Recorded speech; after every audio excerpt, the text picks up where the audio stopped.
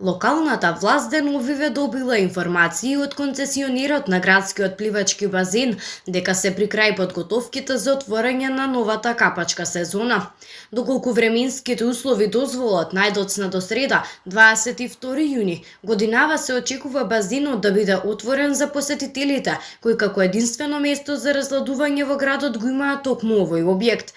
За Велешани, освен базенот и езеро Младост е примамливо место за пливање и капење, но таму годинава во тек се градежните работи од проектот Смарт езеро Младост. Дел од нив се случуваат во непосредна близина на првата плажа, веднаш на самиот влез на езерото.